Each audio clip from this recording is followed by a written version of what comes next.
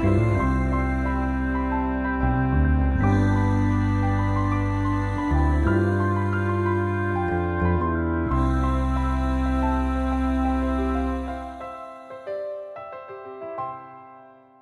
and welcome to Book Circle. I'm Earl Weinberg. This time we will begin reading The View from the Stars, an anthology of science fiction stories by Walter M. Miller, Jr. Mr. Miller is best known for his magnum opus, A Canticle for Leibowitz, but he wrote a great deal more, and this anthology will give a nice sampling of his different talents. Tonight we begin with Dumbwaiter. He came riding a battered bicycle down the bullet-scarred highway that wound among the hills, and he whistled a tortuous flight of the blues. Hot August sunlight glistened on his forehead and sparkled in the droplets that collected in his week's growth of blonde beard. He wore faded khaki trousers and a ragged shirt, but his clothing was no shabbier than that of the other occasional travelers on the road. His eyes were half closed against the glare of the road, and his head swayed listlessly to the rhythm of the melancholy song. Distant artillery was rumbling gloomily, and there were black flecks of smoke in the northern sky. The young cyclist watched with only casual interest. The bombers came out of the east. The ramjet fighters thundered upward from the outskirts of the city. They charged, spitting steel teeth and coughing rockets at the bombers. The sky snarled and slashed at itself. The bombers came on in waves, occasionally loosing an earthward trail of black smoke. The bombers leveled and opened their bays. The bays yawned down at the city. The bombers aimed. Releases clicked. No bombs fell. The bombers closed their bays and turned away to go home. The fighters followed them for a time, then returned to land. The big guns fell silent, and the sky began cleaning away the dusty smoke. The young cyclist rode on toward the city, still whistling the blues. An occasional pedestrian had stopped to watch the battle. "You'd think they'd learn someday," growled a chubby man at the side of the road. "You'd think they'd know they didn't drop anything. Don't they realize they're out of bombs?" "They're only machines, Edward," said a plump lady who stood beside him. "How can they know?" "Well, they're supposed to think. They're supposed to be able to learn." The voices faded as he left them behind. Some of the wanderers who had been walking toward the city now turned around and walked the other way. Urbanophiles looking at the city had become urbanophobes. Occasionally, a wanderer who had gone all the way to the outskirts came trudging back. Occasionally, a phobe stopped a file and they talked. Usually, the file became a phobe and they both walked away together. As the young man moved on, the traffic became almost non-existent. Several travelers warned him back, but he continued stubbornly. He had come a long way. He meant to return to the city, permanently. He met an old lady on top of the hill. She sat in an antique chair in the center of the highway, staring north. The chair was light and fragile, of hand-weaved cherry wood. A knitting bag lay in the road beside her. She was muttering softly to herself, "Crazy machines, war's over. Crazy machines can't quit fighting. Somebody oughta..." He cleared his throat softly as he pushed his bicycle up beside her. She looked at him sharply with haggard eyes set in a seamy mask. "Hi," he called, grinning at her. She studied him irritably for a moment. "Who are you, boy?" "Name's Mitch Laskell, Grandma. Hop on behind, I'll give you a ride." I'm going t'other way. You will too if you got any sense." Mitch shook his head firmly. "I've been going the other way too long. I'm going back to stay." "To the city? Ha! You're crazier than them machines." His face fell thoughtful. He kicked at the bike pedal and stared at the ground. "You're right, Grandma." "Right? Machines, they aren't crazy. It's just people." "Go on," she snorted. She popped her false teeth back in her mouth and chomped them in place. She hooked withered hands on her knees and pulled herself wearily erect. She hoisted the antique chair lightly to her shoulder and shuffled slowly away to the south. Mitch watched her and marveled on the tenacity of life. Then he resumed his northward journey along the trash-littered road where motor vehicles no longer moved, but the gusts of wind brought faint traffic noises from the direction of the city, and he smiled. The sound was like music, a deep-throated whisper of the city's song. There was a man watching his approach from the next hill. He sat on an apple crate by the side of the road, and a shotgun lay casually across his knees. He was a big, red faced man wearing a sweat soaked undershirt, and his eyes were narrowed to slits in the sun. He peered fixedly at the approaching cyclist, then came slowly to his feet and stood as if blocking the way. Hi, fella, he grunted. Mitch stopped and gave him a friendly nod while he mopped his face with a handkerchief, but he eyed the shotgun suspiciously. If this is a stick up, the big man laughed. Nah, no heist. Just want to talk to you a minute. I'm Frank Ferris. He offered a burly paw. Mitch Laskell. They shook hands gingerly and studied each other. Why you heading north, Laskell? Going to the city. The planes are still fighting, you know that? Yeah, I know they've run out of bombs, too. You know the city's still making the Geigers click? Mitch frowned irritably. What is this? There can't be much radioactivity left. It's been 3 years since they scattered the dust. I'm not corn-fed, Ferris. The half-life of that dust is 5 months. It should be less than 1%. The big man chuckled. Okay, you win, but the city's not safe anyhow. The central computer's still at work. So what? Ever think what would happen to a city if every ordinance was kept in force after the people cleared out? Mitch hesitated, then nodded. I see. Thanks for the warning. He started away. Frank Ferris caught the handlebars in a big hand. Hold on, he snapped. I ain't finished talking. The smaller man glanced at the shotgun and swallowed his anger. Maybe your audience isn't interested, Buster, he said with quiet contempt. You will be. Just simmer down and listen. I don't hear anything. Ferris glowered at him. I'm recruiting for the Sugarton crowd, Laskell. We need a good men. Count me out. I'm a wreck. Cut the cute stuff, boy. This is serious. We've got 24 men now. We need twice that many. When we get them, we'll go into the city and dynamite the computer installation. Then we can start cleaning it up. Dynamite? Why? Mitch Laskell's face slowly gathered angry color. So people can live in it, of course. So we can search for food without having a dozen mechanical cops jump us when we break into a store. How much did Central cost? Mitch asked stiffly. It was a rhetorical question. Ferris shook his head irritably. What does that matter now? Money's no good anyway. You can't sell Central for junk. Wake up, boy. The cyclist swallowed hard. A jaw muscle tightened in his cheek, but he held his voice calm. You helped build Central, Ferris? You helped design her? What? Why, no. What kind of question is that? You know anything about her? What makes her work? How she's rigged to control all the subunits? You know that? No, you got any idea about how much sweat dripped on the drafting boards before they got her plans drawn? How many engineers slaved over her and cussed her and got drunk when their piece of the job was done? Ferris was sneering faintly. You know, huh? Yeah. Well, that's just too bad, boy. She's no good to anybody now. She's a hazard to life and limb. Why, you can't go inside the city without. She's a machine, Ferris, an intricate machine. You don't destroy a tool just because you're finished with it for a while. They glared at each other in the hot sunlight. Listen, boy, people built Central, people got a right to wreck her, too. I don't care about rights, Mitch snapped. I'm talking about what's sensible, sane, but nobody's got the right to be stupid.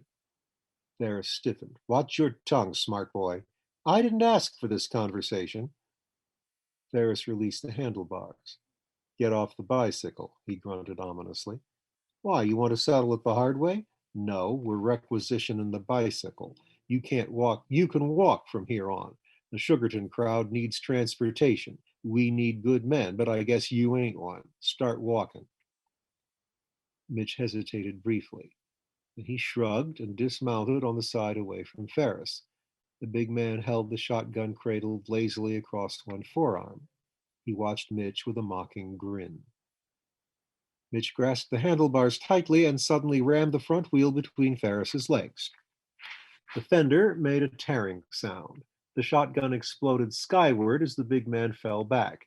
He sat down screaming and doubling over. The gun clattered to the road. He groped for it with a frenzied hand. Mitch kicked him in the face, and a tooth slashed through the toe of his boot. Ferris fell aside, his mouth spitting blood and white fragments. Mitch retrieved the shotgun and helped himself to a dozen shells from the other's pockets, then mounted the bicycle and pedaled away. When he had gone half a mile, a rifle slug spanged off the pavement beside him. He looked back. He saw three tiny figures standing beside Ferris in the distance. The Sugarton crowd had come to take care of their own, no doubt. He pedaled hard to get out of range, but they wasted no more ammunition. He realized uneasily that he might meet them again if they came to the city intending to sabotage Central, and Ferris wouldn't miss a chance to kill him if the chance came. Mitch didn't believe he was really hurt, but he was badly humiliated, and for some time to come, he would dream of pleasant ways to murder Mitch Laskell. Mitch no longer whistled as he rode across the deserted highway to the sun-drenched skyline in the distance. To a man born and bred to the tune of mechanical thunder amid vistas of concrete and steel, the skyline looked good even with several of the buildings twisted into ugly wreckage. It had been dusted in the radiological attack, but not badly bombed. Its defenses had been more than adequately provided for, which was understandable since it was the capital and the legislators had appropriated freely. It seemed unreasonable to him that Central was still working. Why hadn't some group of engineers made their way into the main power vaults to kill the circuits temporarily? Then he remembered that the vaults were self-defending and that there were probably very few technicians left who knew how to handle the job. Technicians had a way of inhabiting industrial regions, and wars had a way of destroying these regions. Dirt farmers usually had the best survival value. Mitch had been working with aircraft computers before he became displaced, but a city's central service coordinator was a far cry from a robot pilot. Centrals weren't built all at once. They grew over a period of years. At first, small units were set up in power plants and waterworks to automatically regulate voltages and flows and circuit conditions. Small units replaced switchboards and telephone exchanges. Small computers measured traffic flow and regulated lights and speed limits accordingly. Small computers handled bookkeeping where large amounts of money were exchanged. A computer checked books in and out at the library, also assessing fines. The computers operated the city buses and eventually drove most of the routine traffic. That was the way the city's central service grew. As more computers were assigned to various tasks, engineers were hired to coordinate them, to link them with special circuits, and to set up central data banks so that the traffic regulator at the north end would be aware of traffic conditions in the main thoroughfares to the south. Then the microlearner relay was invented. The engineers built a central unit to be used in conjunction with the central data tanks. With the learning units in operation, Central was able to perform most of the city's routine tasks without attention from human supervisors. The system worked well. Apparently, it was still working well 3 years after the inhabitants had fled before the chatter of the Geiger counters. In one sense, Ferris had been right. A city whose machines carried on as if nothing had happened, that city might be a dangerous place for a lone wanderer. But dynamite certainly wasn't the answer, Mitch thought. Most of man's machinery was already wrecked or lying idle. Humanity had waited 100,000 years before deciding to build a technological civilization. If he wrecked this one completely, he might never decide to build another. Some men thought that a return to the soil was desirable. Some men tried to pin their guilt on the machines, to lay their own stupidity on the head of a mechanical scapegoat and absolve themselves with dynamite. But Mitch Laskell was a man who liked the feel of a wrench and a soldering iron, liked it better than the feel of even the most well-balanced stone axe or wooden plow. And he liked the purr of a pint-sized nuclear engine much better than the braying of a harnessed jackass. He was willing to kill Frank Ferris and any other man who sought to wreck what little remained. But gloom settled over him as he thought, if everybody decides to tear it down, what can I do to stop it? For that matter, would he then be right in trying to stop it? At sundown, he came to the limits of the city and he stopped just short of the outskirts. 3 blocks away, a robot cop rolled about in the center of the intersection on tricycle wheels while he directed a thin trickle of traffic with candy-striped arms and with eyes that changed color like stoplights. His body was like an oil drum painted fire engine red. The head, however, had been cast in a human mold with a remarkably Irish face and a perpetually predatory smile. A short radar antenna grew from the center of his head, and the radar was his link to Central. Mitch sat watching him with a nostalgic smile, even though he knew such cops might give him considerable trouble once he entered the city.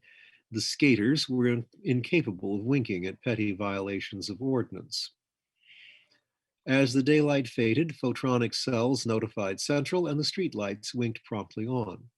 A moment later, a car without a taillight whisked by the policeman's corner. A siren wailed in the policeman's belly. He skated away in hot pursuit, charging like a mechanical bull. The car screeched to a stop. O'Reilly wrote out a ticket and offered it to an empty back seat.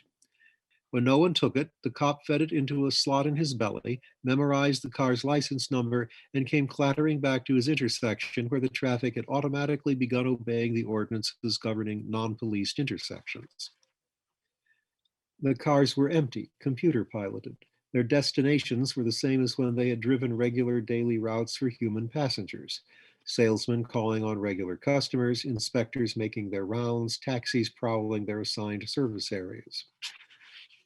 Mitch Laskell stood shivering. The city sounded sleepy but alive. The city moved and grumbled. But as far as he could see down the wide boulevard, no human figure was visible. The city was depopulated. There was a Geiger on a nearby lamp post. It clucked idly through a loudspeaker, but indicated no danger. The city should be radiologically safe. But after staring for a long time at the weirdly active streets, Mitch muttered, "It'll wait for tomorrow." He turned onto a side road that led through a residential district just outside city limits. Central's jurisdiction did not extend here except for providing water and lights. He meant to spend the night in a deserted house, then enter the city at dawn. Here and there, a light burned in one of the houses, indicating that he was not alone in his desire to return. But the pavement was scattered with rusty shrapnel, with fragments fallen from the sky battles that still continued. Even by streetlight, he could see that some of the roofs were damaged. Even though bombers came without bombs, there was still danger of falling debris and from fire. Most former city dwellers who were still alive preferred to remain in the country. Once he passed a house from which music floated softly into the street, and he paused to listen. The music was scratchy, a worn record. When the piece was finished, there was a moment of silence, and the player played it again, the last record on the stack, repeating itself. Otherwise, the house was still. Mitch frowned, sensing some kind of trouble. He wheeled the bicycle toward the curb, meaning to investigate. "I live there," said a woman's voice from the shadows. She had been standing under a tree that overhung the sidewalk, and she came slowly out into the streetlight. She was a dark, slender girl with haunted eyes, and she was holding a baby in her arms. "Why don't you turn off the record player?" he asked, "or change to the other side?" "My husband's in there," she told him. "He's listening to it. He's been listening to it for a long time. His name's George. Why don't you go say hello to him?" Mitch felt vaguely disturbed. There was a peculiar note in the girl's accent. Still, he wanted to talk to someone who had ventured into the city. He nodded and smiled at the girl. "I'd like to." "You just go on in. I'll stay out here. The baby needs fresh air." He thanked her and strolled up on the porch. The record player stopped, tried to change, and played the same piece again. Mitch knocked once. Hearing no answer, he entered and moved along the hallway toward the light in the kitchen. But suddenly he stopped. The house smelled musty, and it smelled of something else. Many times he had smelled the syrup and stale fish odor of death. He advanced another step toward the kitchen. He saw a porcelain-topped table. He saw a hand lying across the table. The hand was bloated and lying amid brown stains that also covered the forearm and sleeve. The hand had dropped a butcher knife. Dead several days, he thought, and backed away. He turned the record player off as he left the house. The girl was standing at the curb gazing down at his bicycle. She glanced at him amiably and spoke. I'm glad you turned the record off, George. A man just came by and wanted to know why you kept playing it so often. You must have been asleep. Mitch started. He moistened his lips and stared at her wonderingly. I'm not. He fell silent for a moment, then stuttered, You haven't been sleeping in the house? Yes, but you were asleep in the kitchen. Did the man come talk to you? Look, I'm not. He choked and said nothing. The dark eyed baby was eyeing him suspiciously. He lifted the bicycle and swung a long leg across the saddle. George, where are you going? Just for a little ride, he managed to gasp. On the man's bicycle. Something was twisting cruelly at his insides. He stared at the girl's wide brown eyes for a moment, and then he said it. Sure, it's all right. He's asleep at the kitchen table. Her mouth flickered open, and for an instant sanity threatened to return. She rocked dizzily. Then, after a deep breath, she straightened. Don't be gone too long, George. I won't. Take good care of the baby. He pedaled away on wings of fright. For a time, he cursed himself, and then he fell to cursing the husband who had taken an easy road, leaving his wife to stumble along.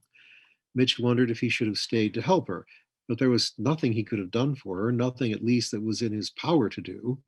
Any gesture of help might become an irreparable blunder, and she still had the child. Well, we will follow Mr. Laskell and possibly the deranged young mother next time.